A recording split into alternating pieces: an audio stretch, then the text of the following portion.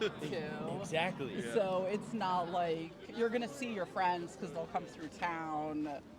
Yes. It's really low key. What were you doing in Nashville? And then you can interview us in a minute. I was chief of staff for a YouTube-led wealth management firm. A YouTube-led Yeah. wealth management firm, like influencers managing your money kind of thing. Yeah, so we make videos about money. Okay. So like once you make money, then you got to keep, protect, and grow it. Yeah. And we'd make videos about different strategies of doing that, like tax strategy or like life insurance, that where you can like take And loans. it's like different influencers who No, were we, doing we would interview You- people you basically. make the So content. Caleb is like the face of it, Yeah. and then he had ideas, and I'd make them real. Maybe I've read about it. Is that Maybe possible? he has a book called The And Asset.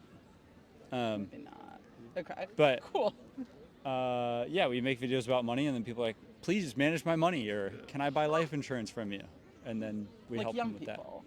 that. Probably average is like 40-year-olds, Okay. dads that are like, I want to like figure out, I have a business or I'm making good money. Yeah. I want to figure out how I can like protect that for the future. Yeah.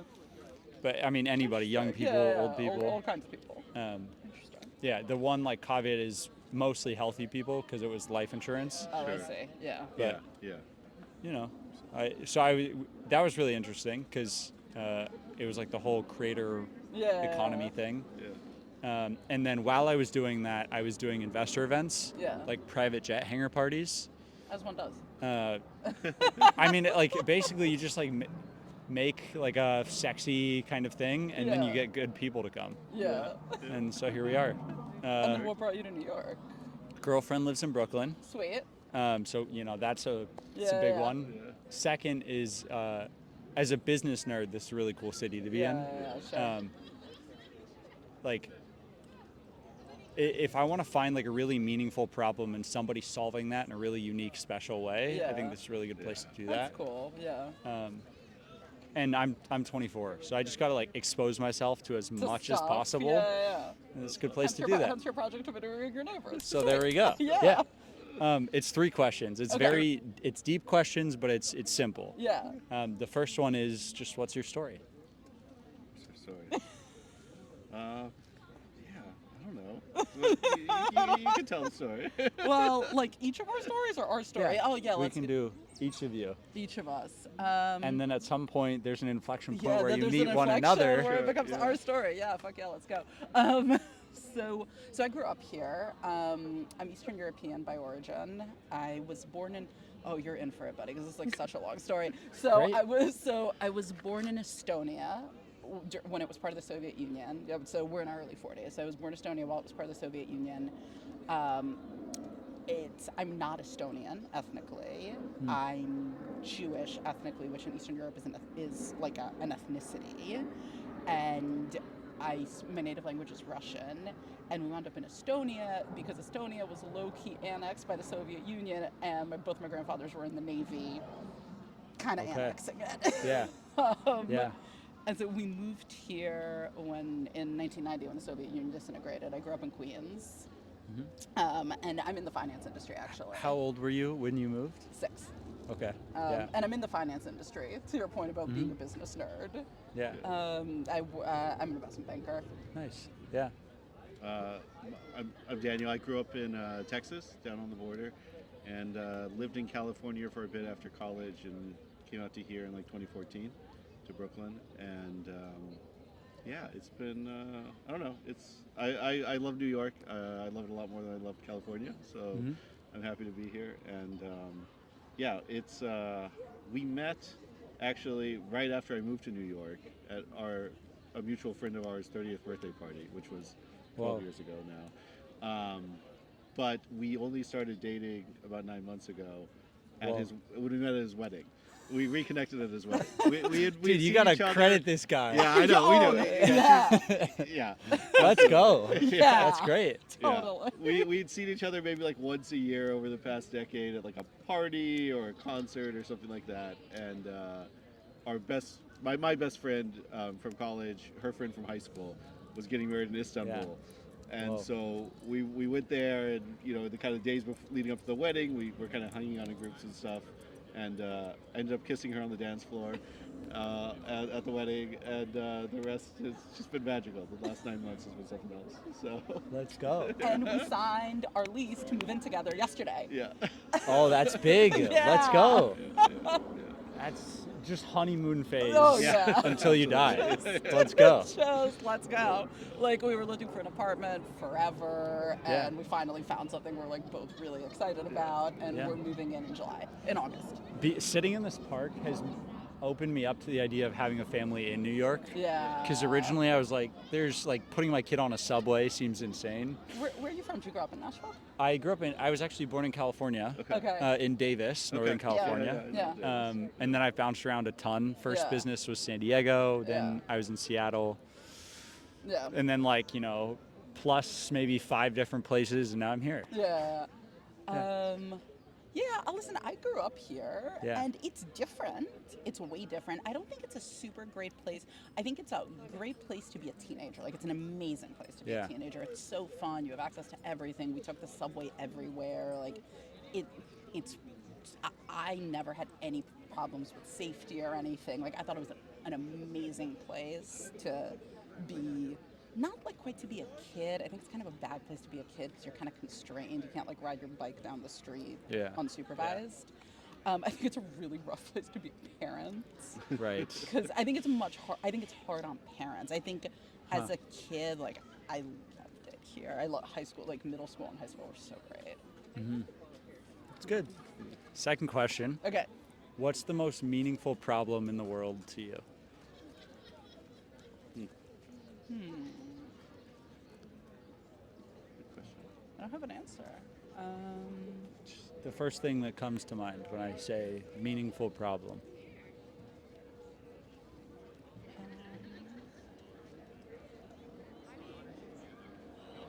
I mean, I feel like the thing, I don't know, that I spend a lot of time with is like finding that like close group of friends and people and managing to keep them in your life over the years, right? Like my best friend just moved to Amsterdam 2 years ago, and that's been, that's been kind of a tough story. But staying in touch across those boundaries with the people that matter to you, I think is a big problem. Do you find that people are pretty transient here?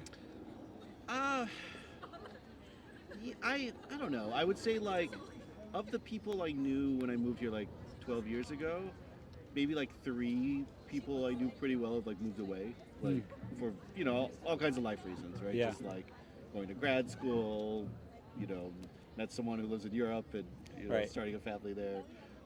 But I feel like a lot of people, I don't know. I didn't move here till I was in my 30s, right? So like I think at that stage, the people that were here were sort of like, yeah, this is.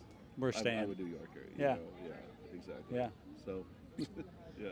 I feel like of my high school friends, a lot of people still live here. A lot of people left in their 20s because like almost no one went to college here, and a lot of people left in their 20s and they came back. But I'm still really, really close with my high school friends. I think it's actually an amazing part of having grown up in New York is like you get to keep all your childhood friends because so many of them come back. Yeah. Yeah. I think the biggest problem in the world is an empathy gap. Like, so I'm Jewish and I'm Russian. So like the two big geopolitical conflicts we've been having the last couple of years like feel pretty personal, and people are so fucking pissed off. Like people like my friends who are Jewish are so, not everyone, but like so many of my friends and acquaintances who are Jewish are so fucking angry about Gaza. And my friends who are Arab, not so much Muslim, but Arab, are so fucking angry. And I'm like, you're angry about the same fucking thing. And it frustrates me so much because like my Facebook is just because I'm 40, I'm on Facebook, right? So like my Facebook is all like my friends who are Jewish or who are Zionist being like, this person, like this prisoner died in captivity, or like here's the story of this prisoner who was like On their personal Facebooks. on their personal Facebooks Yeah. are like, here, this person died in captivity, or like, here's the story of this mother whose son died in captivity. Like, that's a heartbreaking story, right? Yeah. And then my friends who are Arab are like, all of these settlements were like these, these buildings, these hospitals were bombed, right? That's a heartbreaking story. And they're so pissed off at each other. It's not like this is a heartbreaking story. It's like, this is some bullshit this is like, these people who did this to us are heartless. And it's like, to me, they're the same thing. Like, I fight with my boss about this. I always stop talking about it, but like when the conflict in Gaza first broke out, we had some like really unpleasant conversations where he was just like so angry about October 7th, and then about the anti-Semitism on campuses because he had kids in college. And I was like, yeah, but like the human rights of the Palestinians. I was like, yes, bad, but also the human rights of the Palestinians. And it's just like such vitriol. But he's like, how do you not care? Like, one of the things that like people say a lot is like, well, how do you not care about like rising global anti-Semitism? I care a shit ton about rising global anti-Semitism, but to me that is the same problem as like not raising houses in Gaza. And I feel exactly the same thing in the Russia-Ukraine conflict. Like, my parents' friends in Russia are so pissed off, and the Ukrainians are so pissed off. And I think that conflict is so fucking stupid. Like, there's no problem, and just like the power, like just Putin has created this enormous like vortex. But it's like, I don't know, I just wish, I feel like if people were listening to each other, they would understand that it's the same, everyone's angry about the same problem, which is like violence and not respecting human life. And I don't understand why it doesn't sound like the same problem to other people. Like, to me, it's so obviously the same problem. I just don't understand why it's not the same problem to other people. Yeah, they're like missing. They're not even considering the core of the thing. They're just like, where do I look instead of. They're just like angry, right? Like, Yeah. It's not that I'm not angry about October 7th. I'm super angry about October 7th. That sucked, right? Those kids were your age and they're dead. That's horrible. But I don't understand why the reflex is to be like, punish the civilian population. Yeah. And I don't understand why the reflex is, I don't understand why it's like, well, that's bad, but also we shouldn't punish the civilian population. I don't understand why that is a controversial statement. And I've never understood that. Yeah. I think a lot about telling stories in hearing the way that you're talking about this, which is just like this series, I'm calling the Sonder Series. Yeah. And the word Sonder means the realization that everybody else is living a life as vivid and complex as your own. Sonder. Yeah.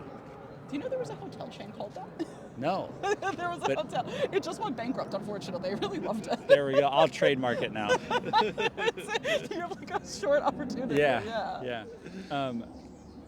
But I think like realizing that somebody else's story is as deep as your own helps to like humanize it all. In the same way, there's a nonprofit that started here called Charity Water. Yeah. Oh, yeah.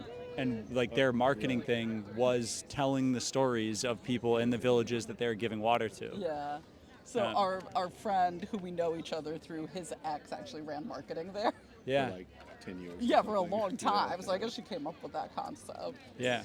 So I think knowing that there are real stories happening helps to give empathy. Yeah. Yeah. Do you have any questions for me that you wanted to ask? What's from this project? Do you have like a theme, or is there something that's like come out to you from the interviews you've done? So I'm your number 20 and 21. Yeah. Not that you're a number for the record. There are some patterns emerging, but I'm only, Yeah, you're a fifth of the way through. Yeah. One of them is empathy. That's been mentioned a lot, or love, or some kind of like there feels like there's a lot of division in the world. Yeah. Another one, it's interesting to just see what kinds of people stop, rather than like their answers, but No, like the sure. kinds of Yeah, people, like how who's they're open. interested. Yeah. Which is, it's seemed to be young people that they've seen this online already. They've seen street interview type Yeah. stuff. Yeah. Yeah. Or retirees that are like, I'm not embarrassed by anything anymore. So basically, we're the first 40-year-olds you've interviewed. One of the few. You guys are very in love, which helps you not be embarrassed because you have one another, Right, Yeah. yeah, exactly. which is great. Also, I love Humans of New York so much. Yeah, yeah. Very similar thing. I think probably my goal with it is finding like a more meaningful problem for me to work on. Yeah. I've done a lot of working for other people Yeah. and building their ideas, Yeah.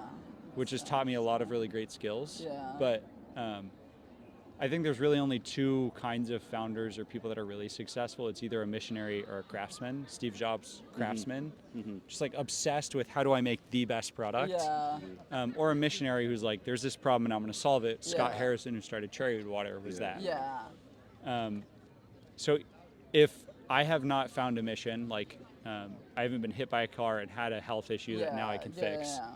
then I can go find a craft, and maybe that will be telling stories. Yeah. Maybe that will be something else. That's But so cool. by exploring, I will certainly increase my surface area. Sure. Yeah. And that's the hope. That's really cool. It's like Yeah. a really long-term focus group. Yeah, yeah, basically. And if I do it all online as well, Yeah. then not only is it I'm exposed to you guys, but you guys are exposed to other people, but I also get Yeah. exposed to a lot. Sure. Right. Because then you get feedback from people. Yeah. So it's just like a huge social experiment, but like also I'm experimenting on the social experiment. Yeah. It's like a meta-social Yeah. experiment. I love that. I don't know, just adventures. It's you know, you could check out. It's one of my friends founded this consulting firm called Irrational Labs. I love that. It's based on, you know, Dan Ariely. He's an economist at Duke. No. It's like behavioral science consulting. Yeah. And I don't know. It seems like kind of in the same vibe. Yeah. She's always doing social experiments. Irrational sounds right up my alley. Yeah. So Here, that's your. I've been saying a thing recently, which is show me a rule and I'll show you an exception, Yeah. which I feel like is a great like definition of who I am as a person. Like the way I got my job in finance was Yeah. running an angel group was the first thing, is standing in front of a private airport with a sign. Because I didn't want to like go put my resume anywhere. Wait, so you stood in front of a private airport and you were like, I would like to work for you. No, take me on your jet was what the sign. And I had my suit on. Yeah. No. Because I was Did just, someone take you on their jet? I got to see the jet, but That's cool. liability or whatever, they That's couldn't. so fun. But I got a job from that. For this. For the angel group. That's So I was like helping startups raise money Yeah. from family offices. That's awesome. I saw a video of someone on some like crew member in St. Bart's took a video of like a tiny little boat driving around the big yachts Yeah. on St. Bart's handing out pitch decks. Yes. Yeah. Like that's for me is like I am more excited by doing something that's crazier. Yeah. I'm more motivated to sit on a park bench and talk to people I've never met Yeah. before than I am to like hand my resume to people at. Sure. So the crazier the idea, the better. The more irrational an Yeah, idea, yeah. put me in. So thanks for telling me that. Yeah. I'll look them up. And thanks for stopping. course, Thanks yeah. for this. This was fun. This is very fun. I'm so glad that you guys Good met luck. one another. Thanks. What's your name? I'm Julia. Julie, I'm James. I'm Daniel. Nice to meet you guys. Nice to meet you. Thank you for the adventure. Where's where's it gonna It be? will It's gonna be on YouTube? James Floyd's World, which is my Instagram and YouTube. We're too old to be on Instagram. But Whatever works. I can always send it to you if you want to give me your email or something. I use YouTube. I'll Perfect. look it up there. Yeah, you'll find me there. Awesome. Cool. My website and all. Yeah. It was great to meet Take you. care, guys.